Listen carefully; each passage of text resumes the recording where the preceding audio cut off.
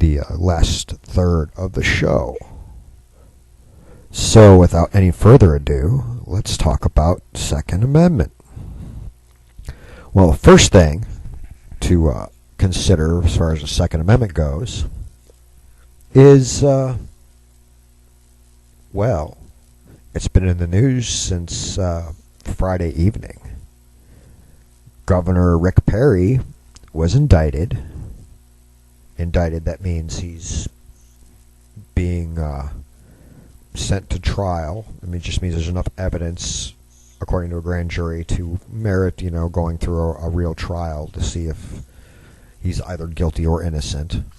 So he's been indicted for potential abuse of power.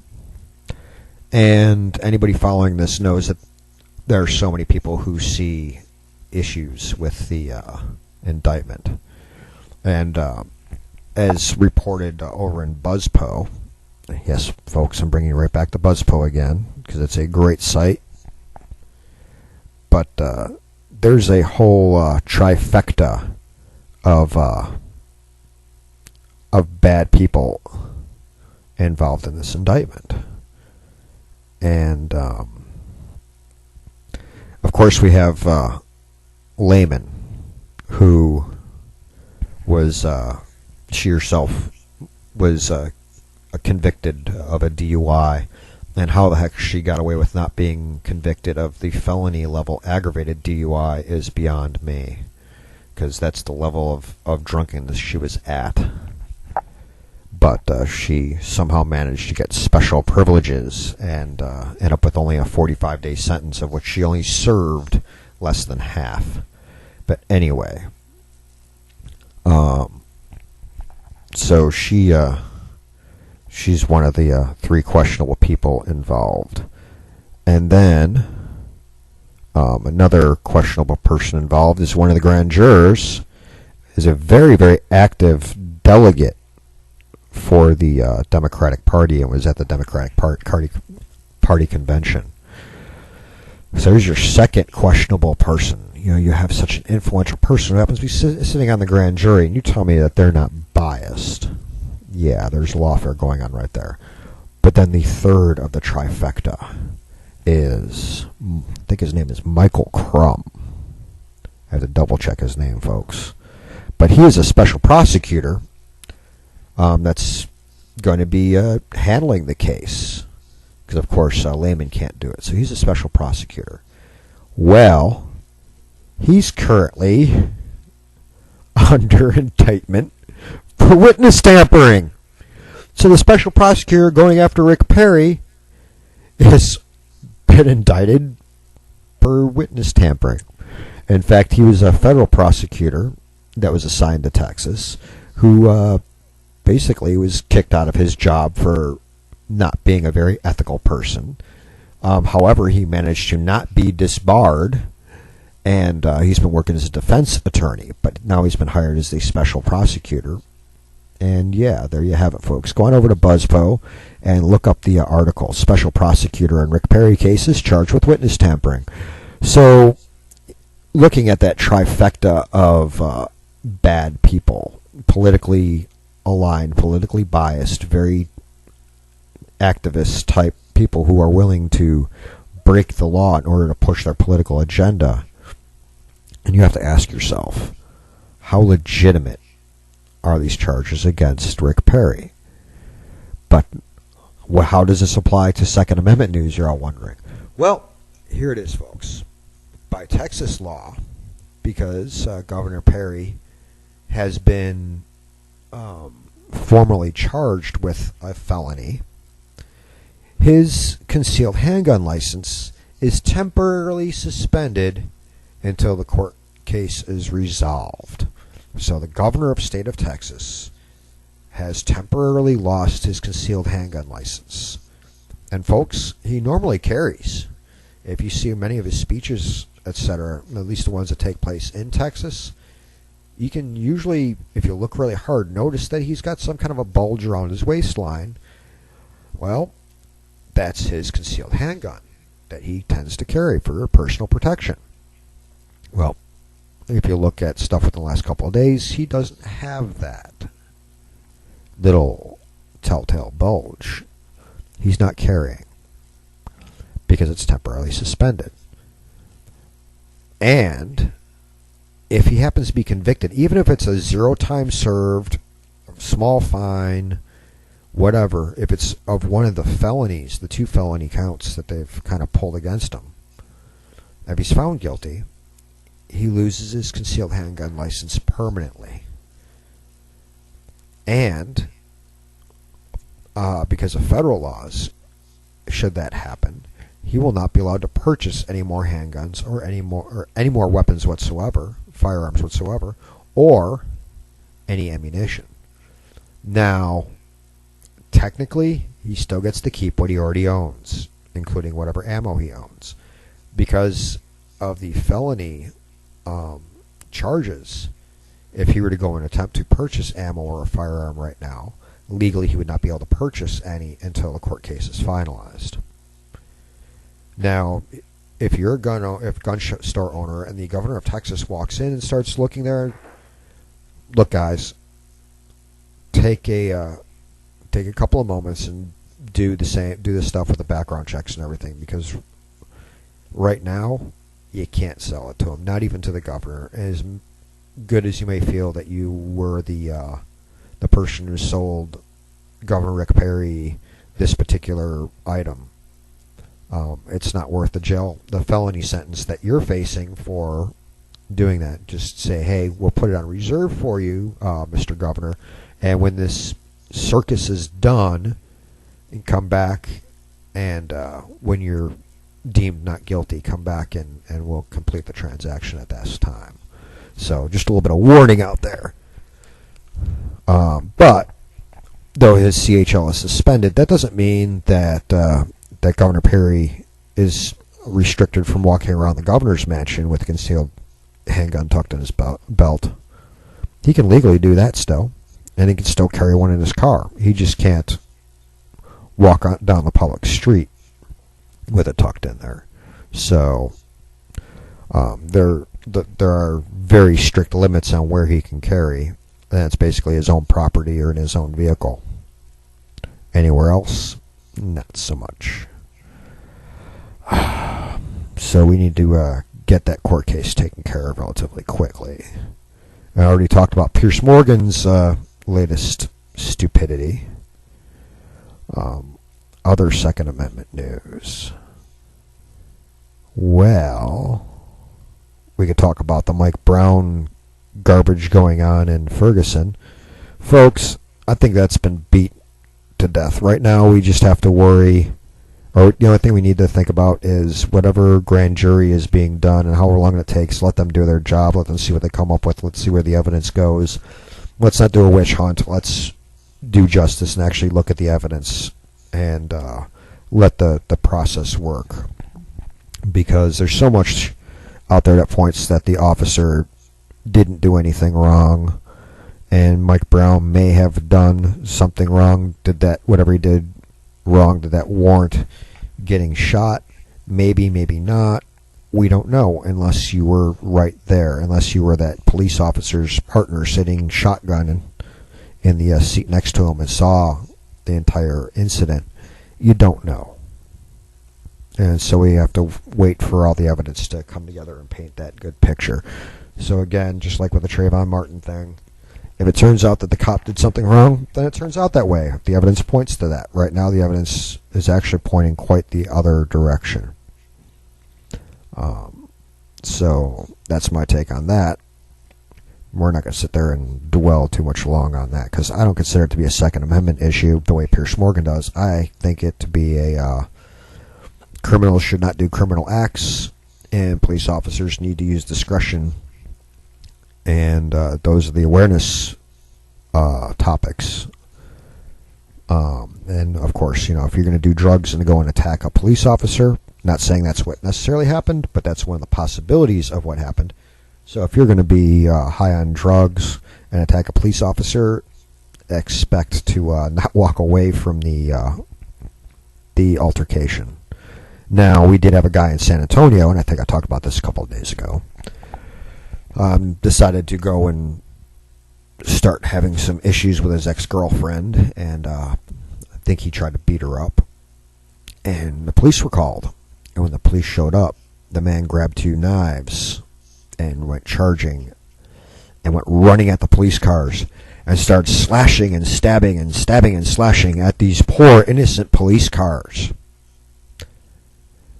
No, not kidding, folks. You can, if you're laughing, great. If you think I'm being somehow rude or crude about this, good, because it sounds ridiculous. The man actually attacked the police cars, not the policemen, but the police cars. And the police officers, they stepped out of the vehicle and were able to use their words and calm the man down, get him to put the knives down, and of course at that point they put the bracelets on him and hauled him off to a place where he could be screened for his mental stability and his mental state and his mental health. Of course, prior to facing the charges for assaulting his girlfriend and assaulting police vehicles with deadly weapons. So, but that was knives, folks. That was not guns. Just to let you know, assault with a deadly weapon is assault with a deadly weapon. It doesn't matter whether you're using a gun, a knife, a fork, a spork, a spoon, a Gibson Les Paul, a baseball bat. Doesn't matter if you're using something as a weapon, and it could be used to maim or kill somebody. That's deadly force, and deadly force is authorized to protect yourself from it. So those police officers could have shot the man who attacked their cars with knives, but that just demonstrates they were able to take care of the situation without having to even pull a firearm, or if they did pull it, without pulling the triggers.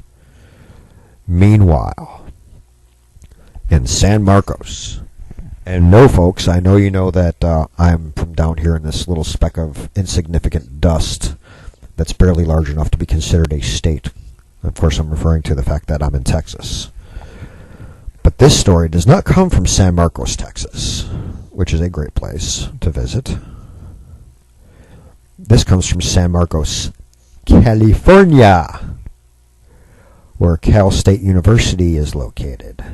They went on lockdown yesterday because there is an outbreak of deadly umbrellas running around Southern California.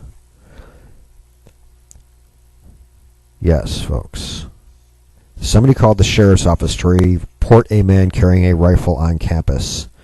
And the rifle, when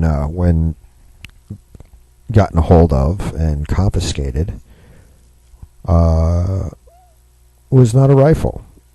It was an umbrella. So, yeah, people are going so anti-gun crazy that they're reporting somebody for carrying an umbrella that had a silhouette of a firearm when it was rolled up and wrapped up in its carrying configuration. So, folks, come on now. Unless somebody has a firearm pointed in your general direction or in somebody else's general direction looking like they're going to pull a trigger and harm somebody, unless they're in that kind of threatening configuration, a firearm is not a threat to anybody. If it's holstered, if it's carried on somebody's back, if their hands are nowhere near a trigger, it is not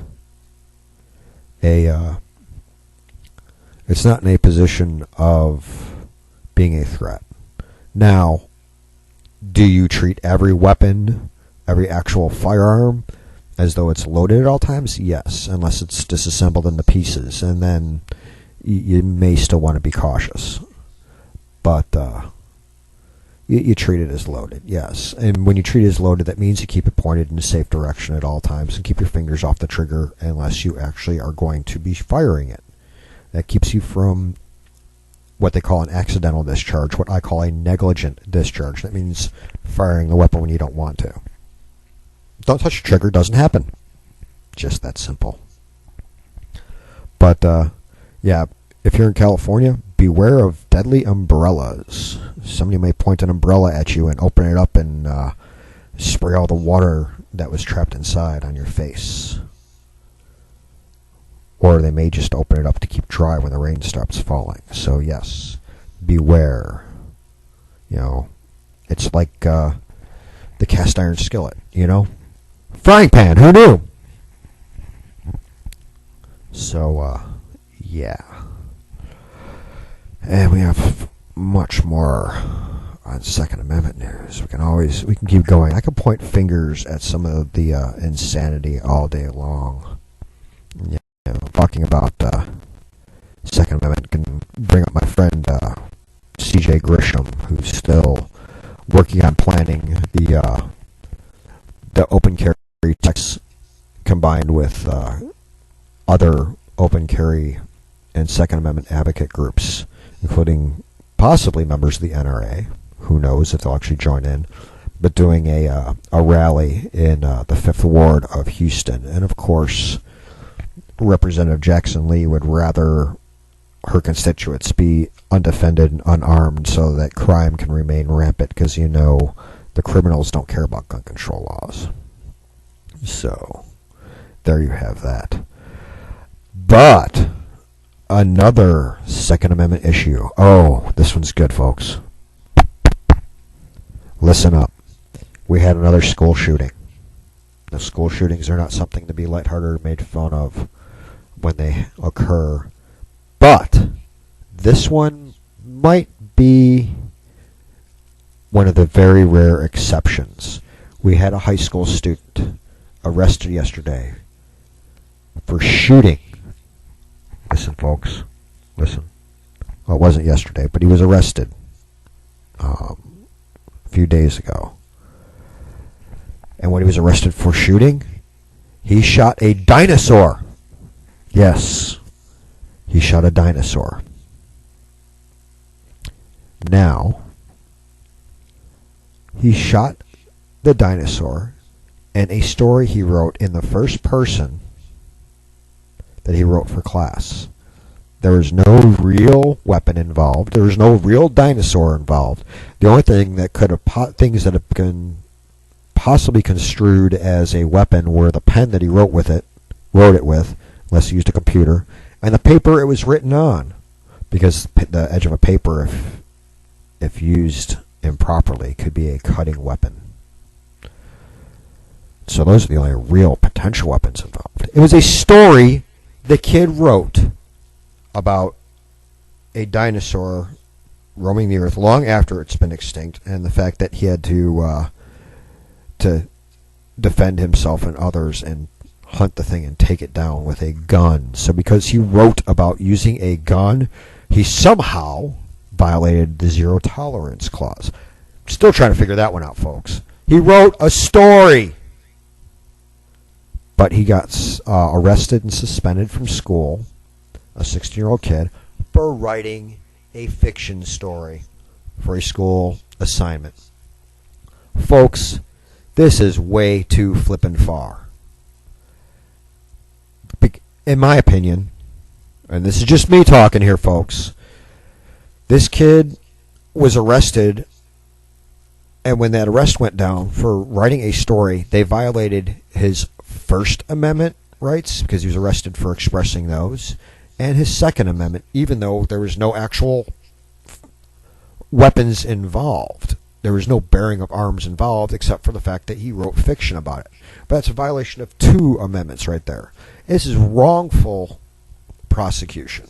This is even more wrongful prosecution than the whole thing going against Rick Perry. So yes, folks, there you have it. More Second Amendment news. You had a child arrested for shooting a dinosaur. Now, folks, I do have to let you know that brings us to the end of the week and the end of the show. And once again, I am your host, Paul-Gregory Matuszak, and you have been listening to the Mouth of Matuszak show for this Thursday, August 22nd, 2014. And if you get a chance to call in tomorrow or call in on Monday and you want to discuss this and laugh about it or any other issues you have, please call in to 520-226-8567. So, folks, that brings us to the end of the show, as I said, and we'll see you right back here on Monday. Enjoy the weekend and enjoy the fruits of those labors. You all have a great one. Bye-bye.